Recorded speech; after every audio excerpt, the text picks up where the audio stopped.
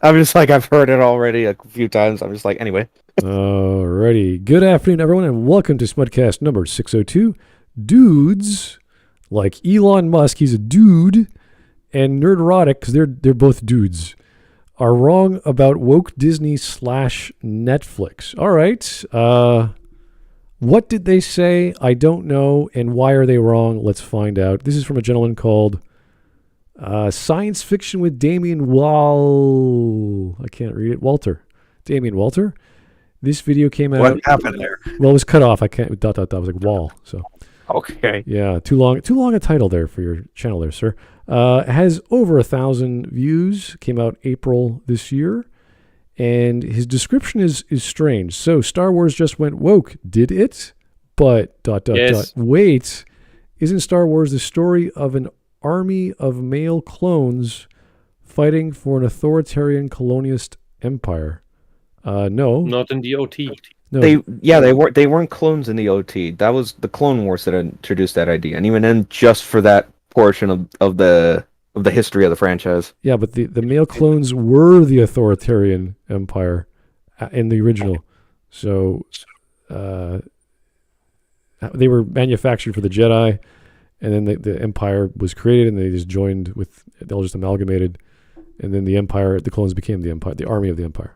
So yeah, they were sleeper agents ultimately. yeah, and then versus an intersectional alliance of diverse species with capital ships commanded by sentient lobsters. And I'm like, lobsters? Who are the lobsters? What is he talking? The giant enemy crab? What? Okay. Does he mean the Mon Calamari? Those are, if you're going to be specific, calamari are not crustaceans; they're mollusks. But it's an alien species, so I don't know where he's getting lobster unless he's making It is all fruit of the sea.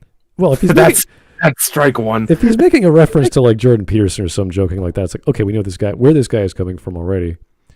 And then he says, how much more woke can sci-fi get? And I'm like, whoa, dude, you are. I don't know. Watch Star Trek Discovery. Oh, yeah, that's a good point. That's ER. It's not the current peak, I would say. I don't know what I don't know what ER is, but whatever ER dot means. ER Star Trek. We could invite ER. No. Star Trek's original multiracial crew? Question. Marvel's encoded counter-cultural messages? Question. H.G. Wells' anti-colonialist novels? The existentialist skepticism of Mary Wollstonecraft Shelley? Okay, so he's cherry-picking very specific things here. Mm. And I could point to Heinlein, Huxley, Egon, Lem. There's all kinds of guys who had politics in their stories, and the politics wasn't the focus, and the politics happened to be jingoism or utopianism or futurism. Well, I think most of it's futurism anyway. Simply the horrors of bureaucracy. Which is showing the system in shambles or at the height, and then it collapses. Yeah. Which, and a lot of the old criticism of socialism is depicted through the criticism of bureaucracy. Especially by Eastern European authors who lived in under Soviet rule, right? But you even criticize the socialism directly. Even like my favorite is still A Roadside Picnic, who are two Russian brothers. But even then, I don't care where these writers come from. I don't care what their politics are. I care what's in their stories. So if they write a story about, let's say, Atlas Shrugged, obviously Ayn Rand was very right-wing leaning, and she writes about the horrors of socialism in an analogy, which is actually true. It teaches you a lesson about the real world. You don't have to just refer to, just fictitious. It's not real. It's like, well, yeah, if it were. Well, her self-inserted speech is certainly real. Oh my God, that was the worst part of that book. It's just 50 million pages of it. At least it feels like that. It's like 30 or 40 pages of her on a soapbox going how bad or how great capitalism is and how bad socialism is. You're like, I get it. I get it, guys. Can we go on with the story again, please? So, yeah. So there's good writers, there's bad writers, there's writers who are politically motivated, there's writers who write amazing stories that are memorable. Asimov is probably the biggest with his Foundation series, which is essentially socialism or space socialism, but it's the collapse of humanity. So it's like, all right, here's a predictive model. What's going to happen to humanity? How does humanity survive? It doesn't. Essentially, it's on the collapse, and we're dealing with the fallout.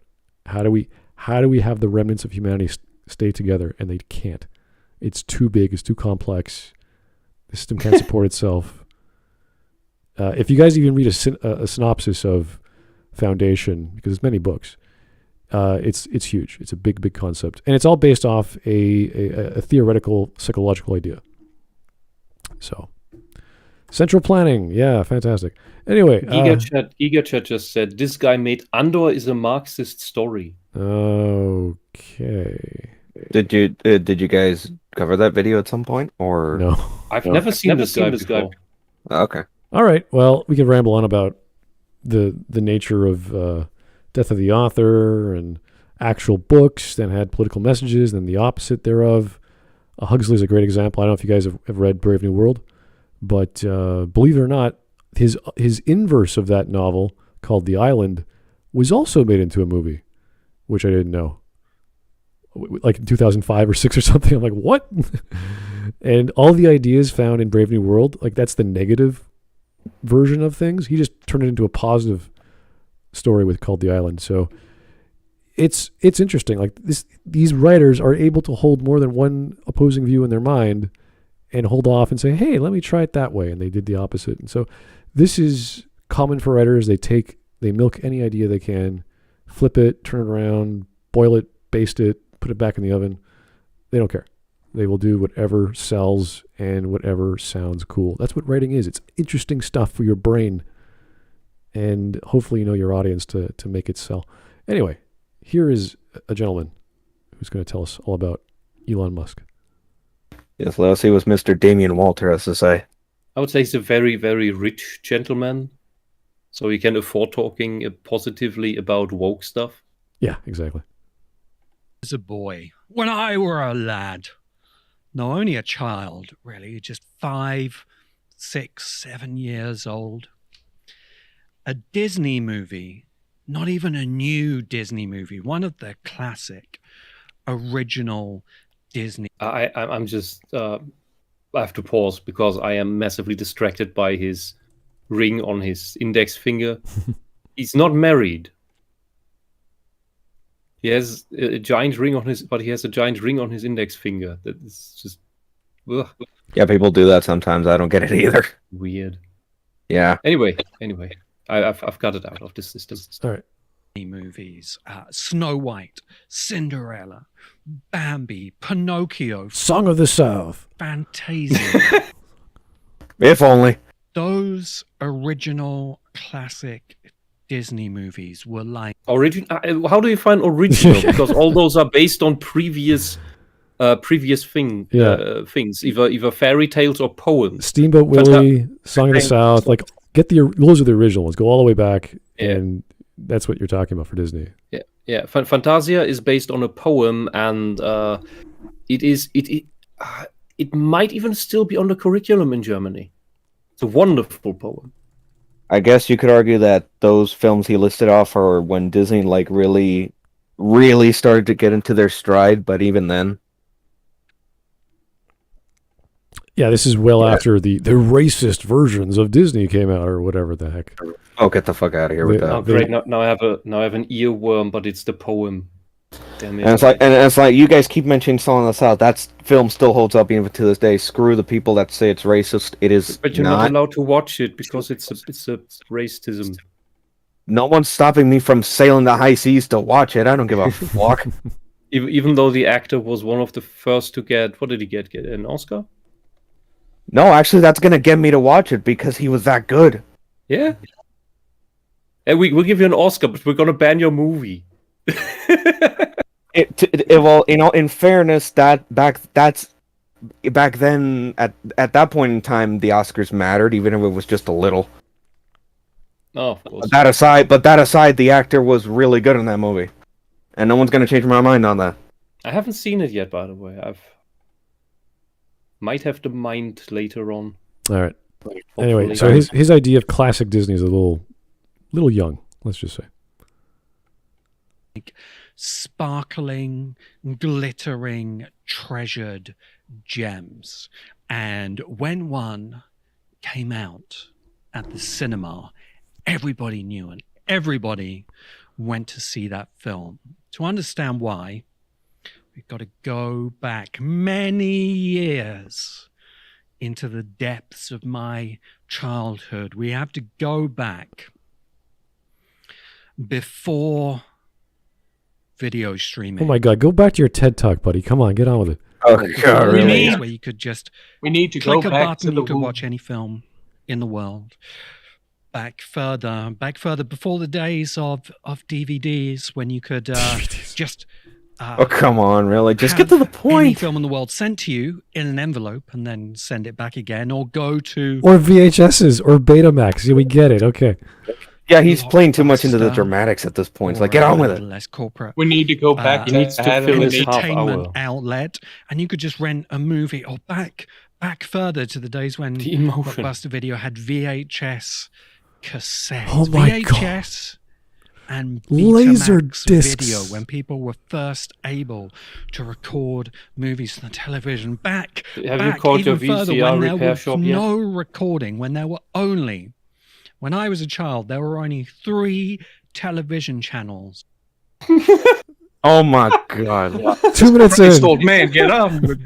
And you had to carry those One 3 day. television channels on a little cart through the snow, and one wheel was always squeaking. He's literally doing the back in my day thing.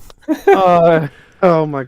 Yes, you're, Next, old boy. you're gonna tell me that it was all black and white, and that the television had this curve to it, and everything was a bit grainy. Come on. We In the United, they stopped broadcasting at 11 p.m. and there was basically nothing on. Hollywood movies only really happened on Christmas Day. It was very hard to find wonderful escapist Oh, the difficulty of finding things to watch instead of doing something productive with your life. like sleeping at 11 o'clock. Uh-huh. You're a child. Why do you need escapism past 11 o'clock? How That escapism that you should get is called dreaming. yeah, how bored is this guy that he's a super genius? Like, I can't be entertained at 11 o'clock. I need something. It's like, okay, dude. As a child. I'm like 7 years old when Betamax died, and I need laser Go discs. to sleep. Yeah, how old is this guy if he's making this entire padded know. joke? I don't know. Jesus. Yeah, because thank you, Chad. Thank you, Feeble Goblin. This is exactly the point. If you were not entertained past 11 o'clock as a child, there's such a thing called books. And I think by the time that you were a child, humanity had produced more than enough amazing entertainment since the ancient Greeks. The prior stuff wasn't translated yet, Yeah. I think. All right, Um, I'm gonna. there was enough entertainment. You were just lazy. I'm putting this to 1.25% speed. This is taking time. And meanwhile, I agree with Kyogre's Hideout. This is a huge downgrade from the Geek to 101 video yesterday. I'm just like, wow, what a difference. It's that it almost feels like jet lag. All right, let's go. Oh, fantasies, like those original classic Disney movies. And Disney knew that, and they safeguarded those films. You could not buy them. Even when there were video machines, you couldn't get the Disney films on video to begin with. You couldn't get You them on can't, Song laser of the discs. South You still. had to wait for those rare cinema releases because they were treated like works of art. Because No, you moron. That's not how movies worked back in the 90s. They were released on video first, and then they got eventually a year later, maybe, to VHS, maybe 2 years later. And that was after it did the syndication rounds on HBO or whatever pay TV was. meanwhile, I was also gonna add, oh boo hoo, the Disney Vault exists. Get over it. Yeah, I had an aunt who was a babysitter, and she had the entire like Disney collection in her cupboard or whatever. So she would babysit. They would all watch whatever they wanted to watch. That was the thing during the 90s. So, yay, you had to wait a year. Oh, okay. Ariel 2, Lion King 5, Yeah, those are things, but let's not. Not that. Well, no. They didn't go that far, but it felt like it. Yeah, no. The second one was whoa. That was more than enough. Yeah, I mean, it's still fine. It just doesn't compare to the first one. you know what's weird? Here in Germany, at least, I know not a single person who knows of anything beyond the first movies of each of these things existing. When they made cartoon series about them, those are known. But these like Ariel 2, Lion King 2, and all of that, and Aladdin 369 million, nobody's heard of them because they won't sell. They're not worth it. They can't take the risk of doing localization and then hoping that a foreign country would like this American-made whatever folk story from their country, even though it would make sense, Hansel and Gretel or whatever. But it was so bad, these sequels, that it's like it goes straight to DVD or straight to VHS at the time. I think Hansel and Gretel just can't be Disneyfied. It's like and all this is why it's such a good thing that Toy Story 2 didn't get this same treatment, because that was in the original contract with Pixar. But Pixar demanded that they make it a full-length feature film, and then the rest is history.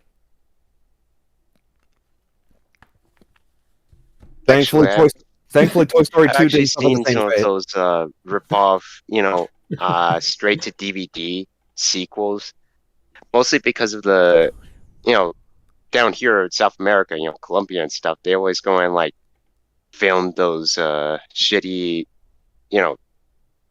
sequels, and that's the only thing kids have to watch here. I mean, I remember tuning into one of the Cartoon Network channels or Disney channels and stuff, and that's all they had on TV. It was just the worst thing you can imagine. Yeah. But you know what? I would take the direct-to-video sequels of the 90s and early 2000s over the live-action bullshit we have now.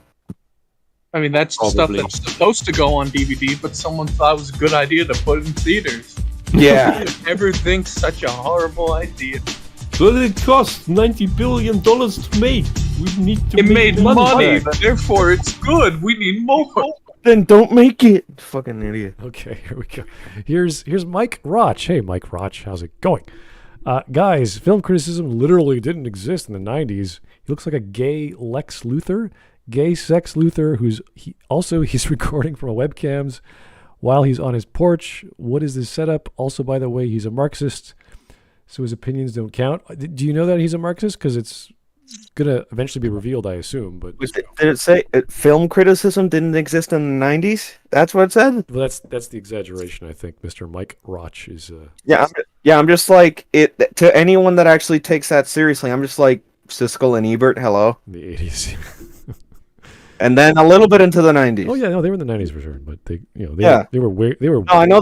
No, I know they were around before. But I'm just like they did stick around in the 90s for a little while. Yeah. Just saying. Okay. They were. Those films still stand the test of time. The animation is still amazing because they were hand animated. Thanks, Captain Obvious. By artists who adored what they were doing. Artists all the way up to Walt Disney himself. Who's his both audience? a great artist and a great storyteller and a great businessman who founded Disney as a brand that stood for incredible high artistry in storytelling. But the sad truth is that I don't believe anybody today hears the word Disney and thinks of those glittering gems of high art storytelling. I think we all think of... No. I think people still do, and they do so with grief of what it has become today. Well, it's the same with can't we have the old stuff back? Yeah, it's the same with when they downsize their parks and attractions. Like, it's still there. People still go. People love going to Disneyland. It's just not what Disney wanted to do with that. They wanted to expand it and open up all these new parks. They opened some, they closed some, but all the Star Wars stuff flopped. It's still there, but it's recent. Yeah, it's not as big and as popular as they thought it would be. So because there's nothing in it. There's nothing in it to tell. There's actually no story to tell. Well, you're talking about like multiple sections of, let's say, the Florida park or the California one or whatever other parts of America that you can go to. that have the Disneyland experience, and there's MGM Studios, there's all these other things like rides. It's very specific, especially with the lockdowns now that they're opened up. So, it's weird. It's a weird time to go out to a theme park or any kind of kids entertainment experience outside of going to the movies or buying or renting a film online. So, yeah, lifestyle is a bit different nowadays, and that's just how it goes. It has nothing to do with whether it's Disney as a quality product or a reputable one anymore. Because the stock, people are just going to buy Disney stock. They're still going to watch Mickey Mouse productions, whatever they are. And Marvel is still going to be a thing. It's not going away. Yeah. I think there's a big difference between old Disney and new. Sure. Because old Disney, Fantasia is this very great example of being based off a German poem from 1797. That's pretty old, and yet it is from an extremely popular author, a poet. Was written by Johann Wolfgang von Goethe, the same guy who wrote Dr. Faust, which you may have heard usually outside of Germany. It's one of the few things that are somewhat known in the Anglosphere. And what's all the new stuff?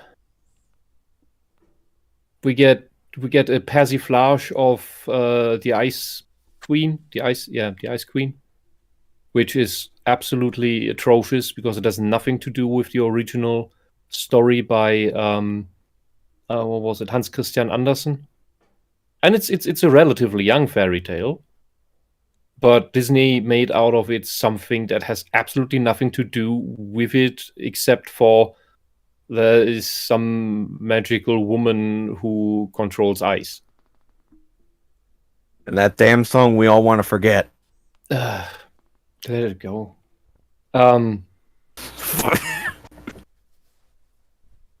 Yeah, and this is the essence of the actual story isn't there anymore. Ariel had the essence of the actual story. Lion King had the story it was inspired by. It had the essence of it in it, and even the original ones they came up with were fun, were great fun. I don't know all the English names. The Aztec one with the llama. Emperor's New Groove. Yes. Wonderful. Fun movie. Even though it's a complete joke in every aspect. But that's the point. Yeah. That's how you do it right. Moana was still fine. I will argue. And yeah. But after that just goes downhill because the political checkboxes, political stereotypes, political narrative is defining what the story is gonna be, and it's not the actual hero's journey. It's something else. And if it's not the actual hero's journey that goes through actual struggle, actual strife, actual hell, then it doesn't resonate. That is the first thing. You can have your female protagonist who goes through shit and then comes out better at the end. That does work. The hero's journey works for women as well, if you write it right. But Disney doesn't do that because Disney now does the socialist propaganda crap where woman can't do wrong, woman can't have a bad moment because she has to be good all the time. For we cannot show her weak because then we would play into sexist stereotypes, and therefore the characters are boring Mary Sues, and nobody can stand these. They also come across as narcissists or even psychopaths because of it, because there's no way to write them like real people. Well, we saw that's one of the modern problems for the past 10, 12 years. I can't remember when the Alice in Wonderland came out, and was it Maleficent, the remake of Cinderella, the live action one. I found Maleficent when it came out interesting, and I'm a sucker for Celtic mythology depictions which that had, and there I found it interesting to show her perspective or a twist on it, where she's It's a misunderstood character. She's not actually evil. The other side isn't actually evil. They're all just shitheads. All of them are shitheads. And the fairies who raise Maleficent, they're also kind of shitheads. The idiots. All right, here is Kyogris Hideout. Hey, how's it going? God damn it. While most of the direct-to-video sequels were inferior to the originals, there were a few hidden gems, including one in particular which I'd argue far surpasses the original, which is Cinderella 3, A Twist in Time. Really? Which is how to properly modernize a classic, in my opinion. I haven't watched it. I really even haven't. Cinderella 3 with a time travel plot? It sounds like a... No. It's they keep that element pretty simple. So like, and other than that, it's a bits and pieces of it because of family. But yeah, I know. It's like from what I've looked up about it online, from what people have said, it's from what I can see the best attempt out of all the direct-to-video sequels that Disney did back then. This reminds me of a Sierra game, like the name, like Space Quest 7, A Stitch in Time, or something like that. Like, Did 1 through 6 exist? Space Quest? Yeah, I think so. At least 5, I know. But same with King's Quest, went up to like 9 or 10. So I'm just asking because sometimes they don't, which is Sierra very funny. was on a roll. They just kept pumping those games out. Yeah. Okay, one more. Sorry, guys. Yeah. Donation from Buit 1900. Okay. These films stood the test of time. If only his hairline stood the test of time. Good Lord, he should hit the gym. He has the physique of a toddler. He looks like someone from infographics, biographics, if he studied basket weaving instead of history. Oh fuck. Okay, let's not bash the guy's appearance. His opinions are bad enough. Okay. I was gonna add, before we go back to the video, another like hidden gem from 2000s Disney, Treasure Planet. Oh yeah, good point. That was an interesting attempt. I just was sad about the bad pacing in the beginning of the story. It got shafted in theaters. But many Disney movies just make the same mistake, that they got the pacing too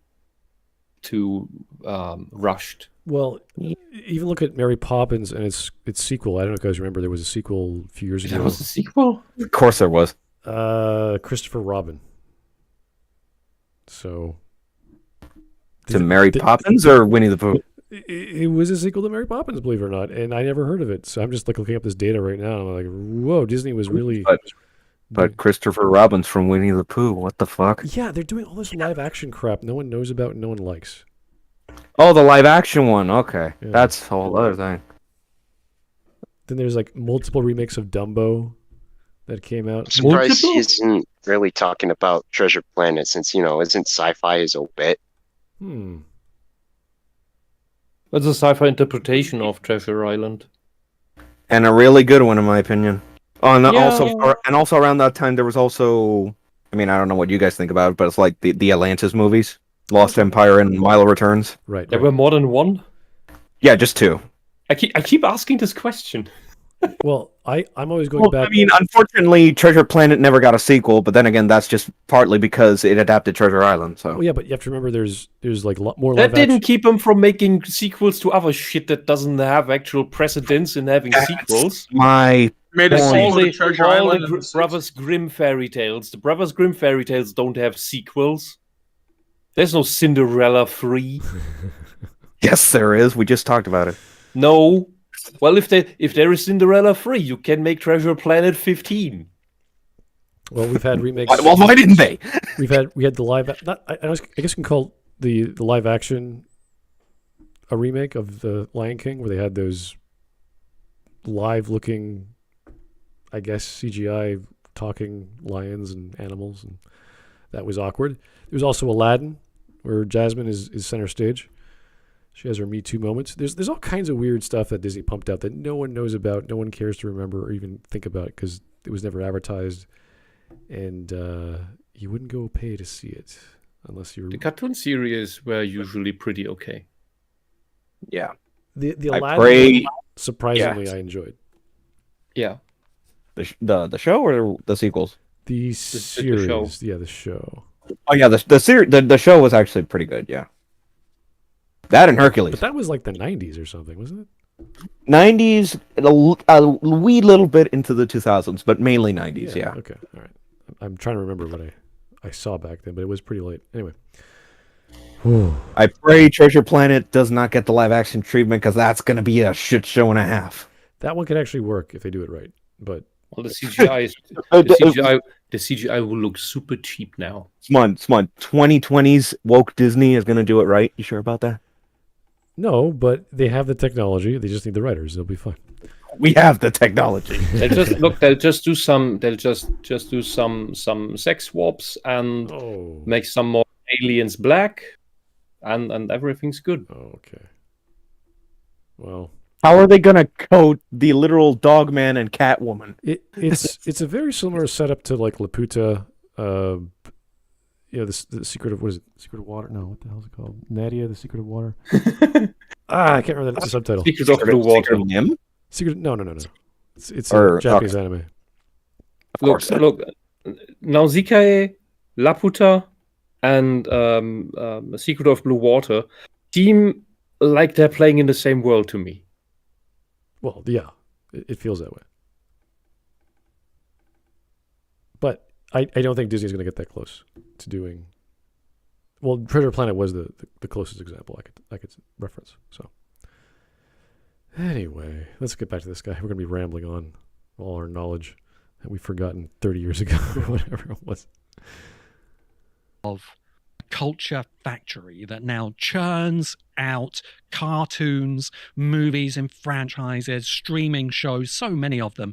I don't know how many Star Wars spin-off shows there are now, how many Marvel streaming shows there are. I don't think any. This is the funny bit. We just talked about this. Disney has always done this, or at least since the 80s. Yes. And he just didn't notice because who's praising VHS didn't buy the straight to VHS stuff. Ta-dum. Anybody really keeps up with this anymore because it's just a factory. Disney is a factory that turns out culture. There are many things wrong with Disney today, but the one thing that isn't wrong with Disney is it being The weird sounds on my What end? Or the hell is that? Oh no, sound that's part of the effect? video. I was going to say, what the fuck? Was that you guys? I'm like, what is that? I was about to ask. I That was thought some weird program would had done that on my end thought because it didn't fit at all. Gigaman was playing a game or something. What is that? No, not this time. I see a picture of a background in the sun. And I was like, oh, is like birds chirping? Like, no, we get freaking sound effects from outer space. Like, what? I thought he was going to pull some Doom shit out of his ass. What? Logos, mythos, reason, emotion, reality, fantasy, and then now we have science. That does not, sir, you're not doing the right. Not all of he's setting these up as if they are antonyms when they are not. Yeah. Logos and mythos are not antonyms. They're different categories entirely. Reason and emotion, maybe. Reality, fantasy. Logos and reason are pretty much the same thing. Yeah. Okay. And you can put them across emotion. Unless he's trying to be But Aristotelian, mythos but- and fantasy are not the same, but they're in the same realm and they are opposed to reality. Yeah, this is a bad. But they're also fiction. This is they a- can also be. This is a bad dude. hypothesis or a bad setup for whatever he's trying to do here. Anyway, let's just keep going. Oh my. That was his intro? Welcome to Science Fiction with Damien Walter, a podcast not only about the very best in sci-fi and fantasy storytelling, but also about what happens when reason meets imagination, when mythos meets logos, and when science meets fiction. Oh God. A little bit of housekeeping before we get into the main topic of the podcast today. Members of the Science Fiction Podcast, a thank you to so many of you for joining. It's making episodes like this possible. All of the thinking, all of the reading, all of the research, the recording, the video editing. You guys are making that possible. And as part of your reward, there is a new workshop. Following Get on to from the last point. episode, You have barely Fountains of 6K Paradise, a subscribers. workshop Get in on with hard it. Sci-fi writing hard SF, and combining it as the very best writing in hard science fiction does. With What else is he going to mark poetic this out to 30 beauty, with the minutes? tools of symbolism and metaphor and allegory. And that workshop This is on live 1.5, on yes? DamienGWalter.com, and you can also my join the God. YouTube channel and get it there as well. Thank He's you still again to slow. all of the members. And if you're not a member yet, you can go along to DamienGWalter.com or hit join on the YouTube channel. What I want to talk about It's now more for today normal is speed that Disney. he's talking at. Disney and also Netflix and also these Probably major corporations that we have 1.5? producing our culture today. I think Netflix has something like 220 so he has to be sped up to million sound like a normal subscribers, person, the okay? population of a big nation. Disney owns everything. I think the only thing Disney don't own maybe is Star Trek. They seem to own absolutely everything else. Paramount? Ever heard of Paramount, sir? Who do you think produces it? Oh, never mind. Talk about why it is that the things that Disney make and the things that Netflix make aren't very good. Because I agree with the critics who say they aren't very good. And if you go online, on YouTube, onto Twitter and the rest of our social media landscape, you will find people telling you that the reason why the Netflix share price has tanked something like 30%, the reason why the Disney share price is in trouble as well, why apparently Disney parks are half empty most of the time. And I think it's true that these and these other corporations that produce our culture, that manufacture all of the art for us today, are in a bit of trouble. But I don't agree with Elon Musk when he says that it's because of the woke mind virus. I'm gonna be very looking forward to what your answer to this is, because that's the fucking reason. Well, that's one of the reasons. I mean, he completely avoided the entire 2022 financial slowdown, or if you want to call it the bear market or the recession, inflation. There's all kinds of reasons. Aside from the parks, that was wonderful for Disney, technically, Well, because everybody's stuck at home and needs entertainment. Yeah, no, people are still, as I said, people are still going to Disney parks now that you can actually go to parks because it's open. So he's skipping over like 7 other variables here, but he's not wrong in saying that people are fed up. That's true, but it's not just because of Disney.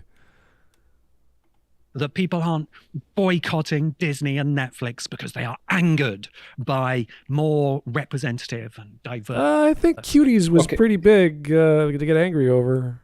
Yeah, that was actually, you're right. That's something to get angry over. But everything else, people are not angry. They are fed up. Being fed up, you can either be angry when you get fed up, or you can just turn around and leave with a sigh. And that's what most people do, because, oh, what's over there? Right. This is disgusting. This is appalling. It is boring me at best. Right, and what's over there on the other side? You also have to look at priorities of people in their pocketbook, and do they have jobs, and can they maintain that job, and can they have a lifestyle to afford a Paramount Plus or was Disney Plus subscription? I remember our silly finance minister, or our deputy PM, who was our real PM, saying, well, I had to cut our Disney Plus subscription or whatever it was and save money. It's like, wow, you privileged retard, telling Canadians that you saved money by cutting out, was it $5 or $10 a month? Mm-hmm. It's like, wow, thanks, misinflation, the savings. Can't wait. Yeah, and that he's immediately calling it that people are outraged because of diversity. And what was the other thing that he said? Inclusion? The mind virus from, he doesn't think it's Elon Musk's mind virus. The woke mind virus. Yeah. Let me hear the words. Just let me hear the words. And that he's instantly framing it as using the positive words. It tells me, so far, that he's the propagandist on board with this, who wants to keep brainwashing us that it's good because he himself is so brainwashed that he believes these are purely good things and nobody could be appalled by a purely good thing. Because that would be silly, wouldn't it? So it must be something else. It can't be the ideology. Yeah. It's impossible because the ideology is good. So it can't do harm, can't do bad. Because there can't be 90% horrible people in the world, right? That produce our culture, that manufacture all of the art for us today, are in a bit of trouble. But I don't agree with Elon Musk when he says that it's because of the woke mind virus, that people aren't boycotting Disney and Netflix because they are angered by more representative and diverse casting in movies, or by the presentation of gay or lesbian or transgender characters. In their children's movies, yes, they are, because that sex shit has no place there. And the way that they depict any trans shit especially is completely wrong and has nothing to do with the reality of the actual condition. And this is back in 2018, 2019. Parents are getting fed up with all this crap that Disney was doing. Mm-hmm. They stopped going to the movies. They stopped going to whatever theme parks for vacation. So it's been going on for a while. Yeah, and people are not fed up with representation if it's done right. Then nobody even notices it. Well, this is the weird thing about America. What people are fed up with is race washing. Yeah, when America starts blackwashing everything. Starts well, you read like Vice or Kotaku or all these other websites that do reviews of media. So, it has all this diversity. It's got all these people that are of not white color, and you're just like, I don't get it. Why is that important? And and then there's this big focus of like, is it important? Should I be thinking about this? I was like, you shouldn't be. This is totally silly, unless you're talking about a period piece or a fantasy piece that requires certain races to be certain ways, because that's how the writer did it, or that's how the adaptation went. That's when you should be like, okay, now I should pay attention because I know the books or I know the lore. And when I watch The Ghost and the Darkness, then I expect there to be actual black Africans in the movie. That's fine. Yeah. Like if what I don't expect and what destroys the immersion is when I watch something about Norse mythology and random Norse gods are suddenly black for absolutely no reason. If you watch something about the War of Troy and Achilles is now black and Zeus is now black and what the hell is going on? Yeah, like if you watched one of the various Neil Gaiman adaptations for screen, and I don't know, Anansi was a white guy. You'd be like, wait a second, that's a African god, spider god. What? Why is he depicted as a white guy? What, did he make Anansi a white guy? No, that's what I'm saying. Like, if that were to happen, you'd be like, that's stupid. That's wrong. And Gaiman would never do that because he wants more gays, he wants more blacks, he wants more everything, not white. So, is it out of his perverted mind? Maybe, I don't know. But when you saw, as much as I enjoyed The Sandman, you go, okay, wait, you didn't need all these extra changes. It was fine the way it was. Yeah, exactly. And we expected it to be that way, and then he just started changing genders and made them gay and made a lot of men gay. And you're like, all right, fine. Doesn't detract from the story, but it's still weird. It tells me that you have a fetish for gay sex. Yeah, and that's what it tells me. You are a fetishist. This is the thing with, he's probably going to talk about how, writers back in the day were progressive. It's like, yeah, Gaiman was always progressive. He's always been that way. That's not the point. Yeah, but he was writing better back in the day before he did all this shit. Yeah, like he did a lot of punk stuff. He did a lot of dirty, grimy, violent, horror, mythological stuff, and it needs all these mix of weirdness to creep you out and go, whoa, that's so strange, and you want that experience to be all diverse. You want it to be as strange as possible.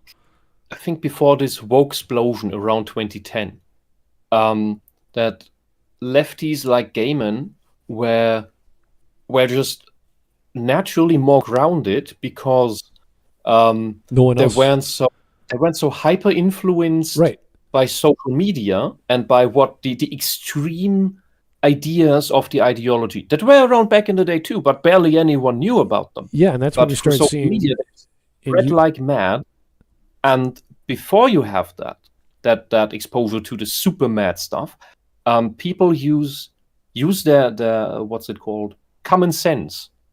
And as long as you use common sense, you will never come up with these super insane ideas. They have to be told to you by the insane people who came up with them.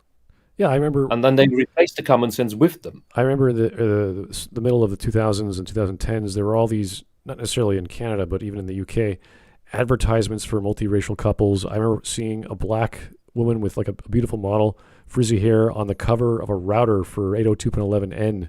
You're like, why are you selling tech guys with a model of a black woman on a router box for networking? It's just this strange, like, there's all this stuff.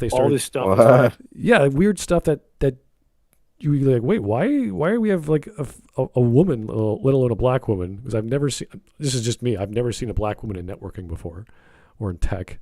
So maybe these days they are. Good for them. I don't really care. But it was so strange to see in 2004 when you're trying to replace an office router and you go to buy one. It's just like, what is this? First off, why are there models on a router box? Why is it a black model and a very happy black woman? Well, it works for selling cars. So it must work for selling routers, right? That was funny. Anyway, yeah, I know this stuff, like Neil Gaiman's like, oh, this is what I want. It's, the world caught up with me. It's like, yeah, everything's crazy now, Neil. Go back to where you were. I think you'd be happier. Go back to sanity, please. This is This is not the right turn. Yeah, because Gaiman's a nice guy, but as soon as he's like in the crowd and everyone's like cheering him on, he's like, yeah, let's do more. It's like, no, dude, you're fine. You're totally fine. No. Gaiman, turn off Twitter, turn off social media, all of it. Get off the grid. Then expunge this absolute madness propaganda out of your head. Go to your little shed on that ice lake where you write your stories with paper and an inkwell with a pen feather thing, and then write good things again, because that's how he does it. Oh, yes, go to your shed on the ice lake. Okay. There might be some people boycotting Disney and Netflix because of that, but I think the overwhelming majority of people are actually pretty happy about that. But they do. See, he's delusional. They're happy He about cannot what? imagine that people are fed up with this shit because he cannot comprehend that the way that it's done is a corrupted, horrible, preachy form instead of something good. So, because it has to be a good the way it is, it cannot do any harm, so people must be accepting of it because people are good generally. He is completely gone. This guy this is cognitive dissonance.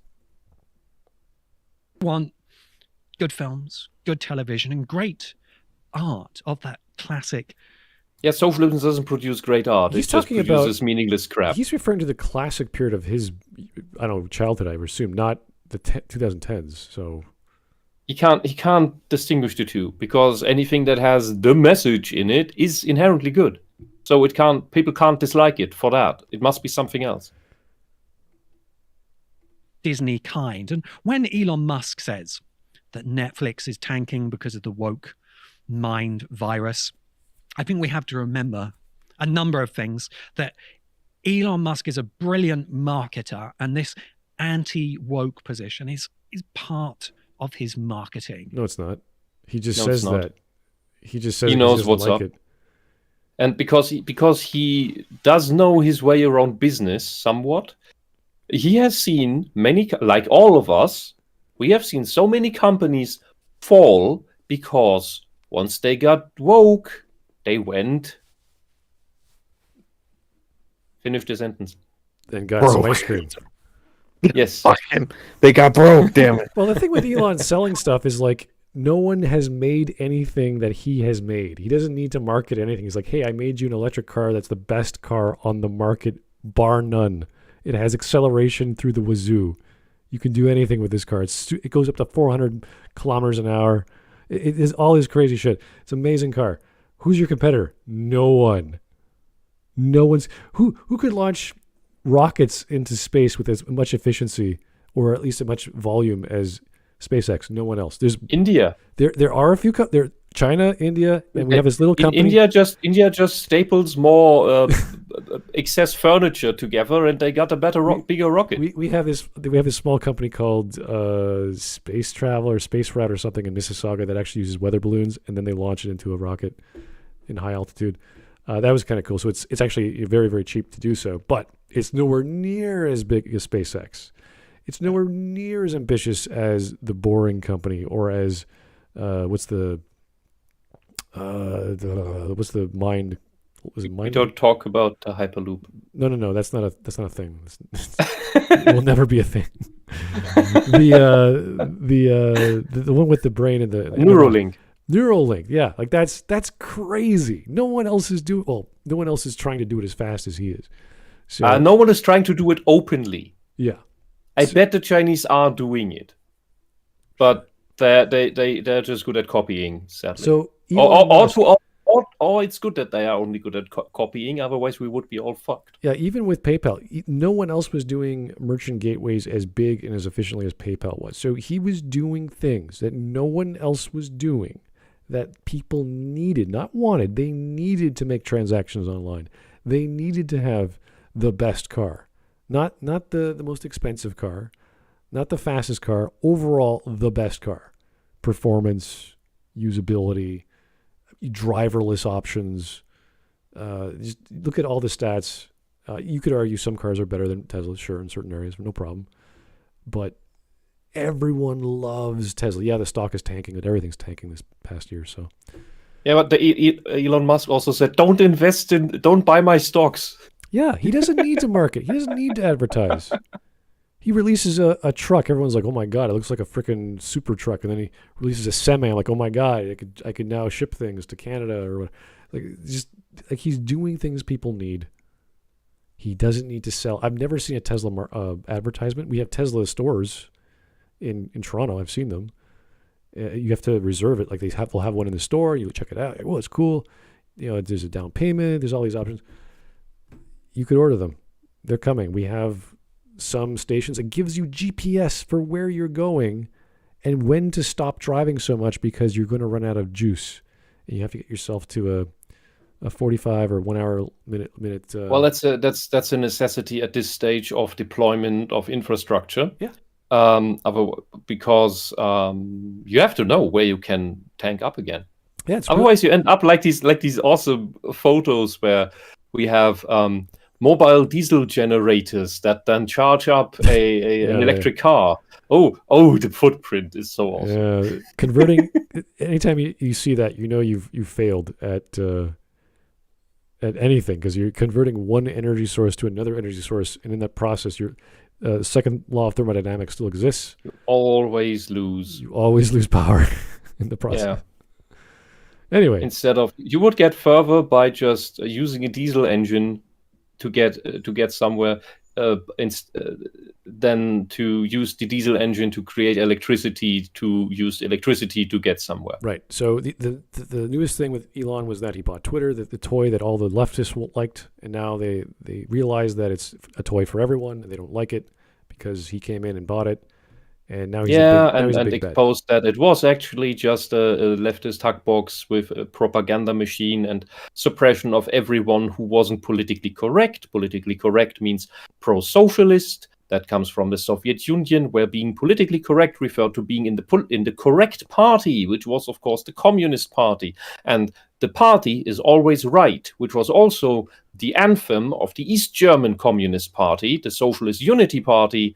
The anthem's chorus was the party is always right. Well, that's what political correctness is. This was going on for years, and we've been finding out that things like other CP has been happening on Twitter, whereas they were banning other like right-leaning accounts, but keeping CP up, which is illegal. And we had no resources for doing that. Yeah. Well. And Musk just brought out, nope, you're lying. Yeah. So anyway, he is a hero to freedom of speech. He's a hero to the car industry, to the space industry, if that's an industry, to advancing human thoughts. Like he's trying to save humanity. Yeah, and he will make some wrong turns along the way. Yeah, for sure. That is a natural thing. And to criticize but- ideology is like totally natural. I can criticize any ideology because every ideology will fail in the face of reality. And right now, from all that I know, I would consider him an actual philanthropist. Yes. Contrary to those fake philanthropists like Fauci and Bill Gates and the Clintons. Yeah, he is who use the word, but they're actually anti-human. He is our Tony Stark. He is the guy who has the tech, who knows how to use it. He's not stopping for anyone, and he knows what's important. And if we could listen, like this is pretty much when we talk about he's science Tony fiction. He's Tony Stark past the cave. He is probably more. Yeah, he's something more than Tony Stark, because we look at science fiction writers as futurists to give us a glimpse of the future. And this is it. We're living it right now. In 10 years, if Neuralink is going on, we're going to be connected. Like, I don't know if you guys saw any of the Neuralink videos. They hooked it up to I think not a gorilla, but some sort of chimpanzee. He was manipulating a computer screen with his mind. He was opening windows and doing things. No physical interface at all. Just looking at the screen and opening programs and running things and closing windows. It was like a game to him. It was like. And we're looking at the screen. I'm like, is this real? Is this happening right now? Yeah. It's amazing. The sad thing is, the moment this becomes widely available technology, every cheap product will have backdoors that will use it the other way around. There's lots of things to consider, and that's why it's taking so long to come out. It's not just, can we do it? It's like, sure, we can do it. It's just, how do we do it properly? Anyway, we're gonna. Everyone could ramble on about Elon and his crazy companies for the next hour, but we're gonna listen to Mr. Irish science fiction guy and why Elon is wrong. And his persona. That doesn't mean he doesn't believe it. I'm sure, like many men of Elon's age, which is now late middle age, he watches YouTube and he reads the Babylon Bee and he gets angry about wokeness, as many, mostly men of a certain Okay, can you is he going to say skin color? Kind do, and they also listen. Wait. Bee, and he gets angry about wokeness, as many, mostly men of a certain kind do. And okay, just a certain kind. Yeah. Okay, you're saying this in a very insecure fashion, and this is sped up, by the way. Can you define to us what woke is? Because we know that it is socialism. It's a Trojan horse, and you are pro-woke. That means you are pro-socialism. You live in a giant house on a giant property that has this giant veranda where you're doing your podcast from. You are fucking rich. Socialism claims it wants to eat the rich. The bourgeoisie. You are the bourgeoisie. You are the problem that you want to fight. But you haven't realized that yet. You haven't realized that if socialism ever goes full swing, once it has total control, that you will be the one removed. Because you are seen as just hoarding wealth that allegedly is supposed to be shared by the people. But in reality, it will just be eaten up by the party, because the party considers itself as the people and the rest is just the resource worker ants that enable that. But actually, I was thinking this guy was one of those self-help scammers. How I bet if you type in his name somewhere, you probably come up with the results that, he probably is one of those self-help scammers. And he's just banking off this whole fad while it lasts.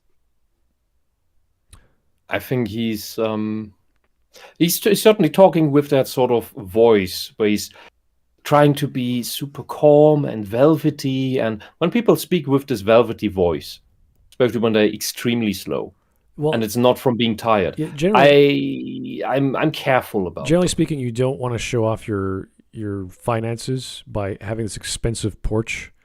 Like, it feels like he's in some hot climate that he could put up recording equipment and all this stuff, and the lighting somehow works. Like, dude, go into your room, a really small, dark room, be as humble as possible, and talk about issues. Don't say, look how rich I am, by not talking about how rich you are, and while bashing Elon Musk for making a comment about an ideology which is dooming the planet. Yeah, the only wealth that you will see when I switch on the camera is the bookshelf that is behind me. Yeah, I don't see like PewDiePie sitting in front of his Lambo or whatever. Like I don't see, like he's always comes across, like all the good comedians never come across as rich, even though we know they're mega rich. Like, you know, Dave Chappelle and what have you. We know he's got millions and millions. Yeah. He never comes across as rich. He's a guy. He comes across as the layman, and he acts in that way. He makes jokes along those ways. Yeah, I think I can think that he didn't think about that way. He just wanted an idyllic, friendly background. That's what this is. But the problem is, you are showing off your wealth, man, and it's a lot. And that is, you just don't do that. I would not, I wouldn't show off where I live. I wouldn't show off my cars. Like I wouldn't do that. That's stupid. It's insulting. I don't want you to think anything else of aside from what I'm telling you guys. That's we yet to see if he's brought up the white privilege word. So let me give him 10 minutes. Let's see if he brings it up. Yeah, you know what? He hasn't gone down the rabbit hole of accusing people of systemic racism or white privilege or trust all women or all this other bunk. He's just not liking Elon, and I'm like, fine. You don't like Elon? I don't care. Let's get to your point. I just find it funny how he actually thinks Babylon Bee is something Elon would read when I'm pretty sure that's a joke site. It's literally a joke news site. And plus it got removed from Twitter, was it last year or this year? And then Elon brought it back. But when was this made? I can't remember. This came out, this year, April. So yeah, I think Babylon Bee was, got canceled off Twitter or got banned off Twitter this year. Then Elon brought it back.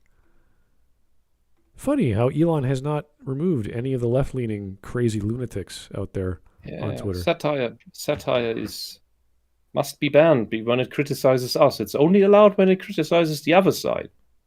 All right.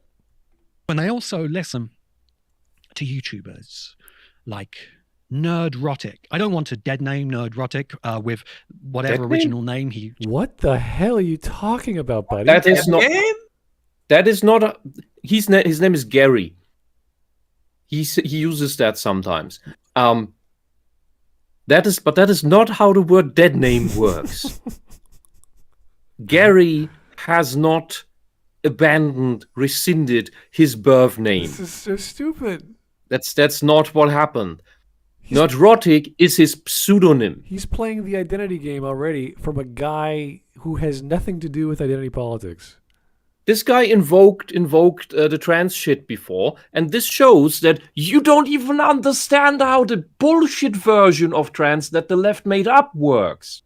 So I'm not even gonna bother trying to explain the actual scientific stuff. Yeah, it's like to him because bloody hell, it's like I have a call sign or an avatar, Smudboy. Oh, I'm not gonna call you Smudboy. I was like, what? See, this is how this ideology gets more and more insane over time. Well, this is because just right now this is a random blip of insanity. Yeah. I don't want to say Nerdrotic's real life name because that would be dead naming when that is not dead naming. But if enough people, if this spreads and it catches on, then the general understanding of the left for dead naming will not have anything to do with trans shit anymore. It will be a general thing of revealing your actual name over your pseudonym, which is not the same. That would be doxing. I'm going to go with this guy as a blabbermouth because the video is 30 minutes and he's moving his arms around and talking very slowly, that he's just thinking things up and saying them. He's not thinking through what he's not thinking very fast either. Yeah, that's what I mean. He's just sort of saying the thing that comes off top of his head. And, woke has dead naming. I'm going to say that because that's an alias on a YouTube channel. Like, okay. Sure. Change his name too. I'm going to honor his decision to call himself Nerdrotic. He's which not I trans, assume you means asshole. Nerd combined with neurotic. Oh, this guy's a waste of time. It's a pun. Give me a Yeah. break. Starting Mr. to think this Damien is a satire Walter, you video don't or understand something. what a No pun way it could is. be this dated. If he takes a portmanteau, he clearly invented his own. It's like, dude, no, stop. It's a pun for a brand name. Bloody hell. This guy is so dumb. I'm sorry. Can you imagine talking to this guy? Well, your name might be Smud, but can I call you Smud, or is it Smoo, or how does the pronunciation? It's like, oh my god, Smooth boy. boy, boy, Smud boy. Boy. I'm from the south. Okay, down the Hey, bayou. just for protocol, Whisp is also not my real name. Yeah. It's also not any dead name behind that, and all of the. But Well, if he's, I can't even finish that sentence. It doesn't make sense. if he's trying to make a sense meaning from the name Roddick as a neurotic, he's really reaching for this asinine word definition term meaning nonsense. It's like, dude, it's just a name. if he's trying to make a joke, he's not very good at it. Yeah, like when I actually think of You can play this. What he's saying right now, you can play that off as a comedic skit. I really hope so. But the way he does it and how slow he does it, that's not how you would do it if you would do it. Yeah, when we think of Maggie Mae Fish, probably not a real name. Probably. It's probably just her stage name or whatever. She uses it to be more anonymous in life. That's fine. But people like Pillar of Garbage is like, okay, well, you're being very specific of what you're doing. And he must know that. And he knows he's acting a little bit here and there. And I'm sure he believes in half the shit he's making up. But at the same time, I'm like, I know I'm wasting my time just even thinking about this guy because his name is Pillar of Garbage. It's crap already. In the name. It's in the name. What he's going to make is crap. Having a self-deprecating Sure. Yeah. moniker is a very common thing. It's part of the fun and part of don't take me too serious. Yes, if you are actually self-deprecating in your delivery of what you present, but Pillar of Garbage is not self-deprecating. That is true. He's just bad. In the case of Nerdrotic, that's taking the term nerd, which nerd already is a derogatory term in many ways, perceived as such. Sure. And being obsessed with a topic, which would be which you can file under neurotic, and there you get the joke. And it's like the nerd who acknowledges, yep, I'm obsessed with this shit, and it's fun. Yeah, and the fanboy is a fanatic, but they don't take it like they're driving others crazy with their fandom. That's just what they enjoy. And it's wordplay, it's portmanteaus, it's fine. No one's getting hurt. Mm-hmm. Don't read too much into it. Let's finish his insult. Yeah. Well, there's one thing I have to be glad that this guy has this entire backdrop for. At least he's not using the Funko Pop. You guys know what I'm talking about. The one where you have like an entire pillar column of those little toys. Yes, I still don't understand why Disparu has that, because that completely undermines his credibility. Yeah. Stereotype, which I feel Nerdrotic plays up to more than a little bit by kind of whining into his microphone. Just give us our escapism, man! Which he seems to say a lot. I have to be honest, I haven't watched every episode of Nerdrotic. I find it quite off-putting as a show, but he's a very big advocate, exploiter. He's a very big exploiter of this idea that it's wokeness, which is destroying. Yeah, can you do away with the hand signs and just tell me what you think that wokeness is? Because we may think of different things when we talk about that. Yeah, we could define it in multiple ways right now. I don't want to because it's going to take too much time. But it's we've already done that. Yeah, it's essentially he hasn't yet. Social justice reduced to what we call it's just the modern framing, the modern paint job of socialist propaganda. Sure, everything's it's a Trojan horse. It's always a Trojan horse. Yeah, after its first attempts. And you can look at the thumbnails of his YouTube videos, and You know, That's good.